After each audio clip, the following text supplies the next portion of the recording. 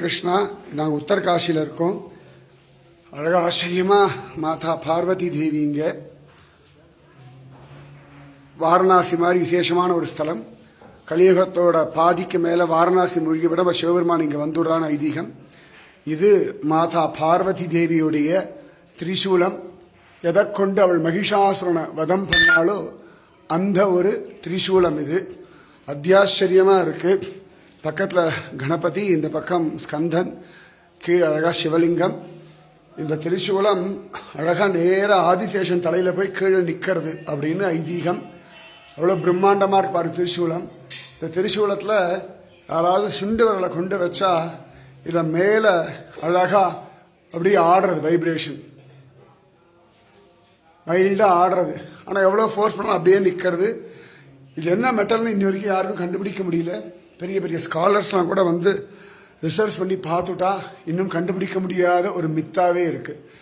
மகிஷாசுரனை பார்வதி தேவி வதம் பண்ண நேரடியான இதே சூலத்தை கொண்டு தான் வதம் பண்ணான். இவ்வளோ பெரிய சூலம்னா பார்வதி தேவி இவ்வளோ பெருசு இருந்திருப்பான்னு நீங்கள் பார்த்துக்கோங்க.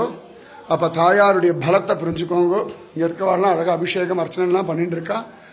ரொம்ப ஆனந்தமாக நம்மளே தொட்டு அபிஷேகம் பண்ணலாம். ராதே கிருஷ்ணா. இன்னைக்கு எங்களுக்கு பாக்கியம், உத்தரகாசியில் இந்த ஒரு தரிசனம் எங்களுக்கு பூரணமாக கிடச்சிடுத்து. ராதே கிருஷ்ணா, ராதே கிருஷ்ணா, ராதே கிருஷ்ணா. ஜெய் போலோ பார்வதி தேவிக்கு ஜெய். நம பார்வதி பதையே ஹர ஹர மகாதேவா. கிட்டத்தட்ட பார்த்தா ஒரு 18 அடிக்கு மேலே இருக்கும் இந்த திரிசூலம். ராதே கிருஷ்ணா, ராதே கிருஷ்ணா, ராதே கிருஷ்ணா. அன்பிலீவபிள். வார்த்தைகள் வர்ணிக்கவே முடியாது. அத்தனை ஆச்சரியமாக இருக்குது. என்ன மெட்டல்னு இன்னி வரைக்கும் யாருக்குமே தெரியல. அப்படி ஒரு திரிசூலம். கீழே பார்வதி தேவியோட மூர்த்தி அவெல்லாம் அபிஷேகம் பண்ணிட்டு இருக்கா. எவ்வளோ பிரம்மாண்டமாக இருக்குது பாருங்க. See the width.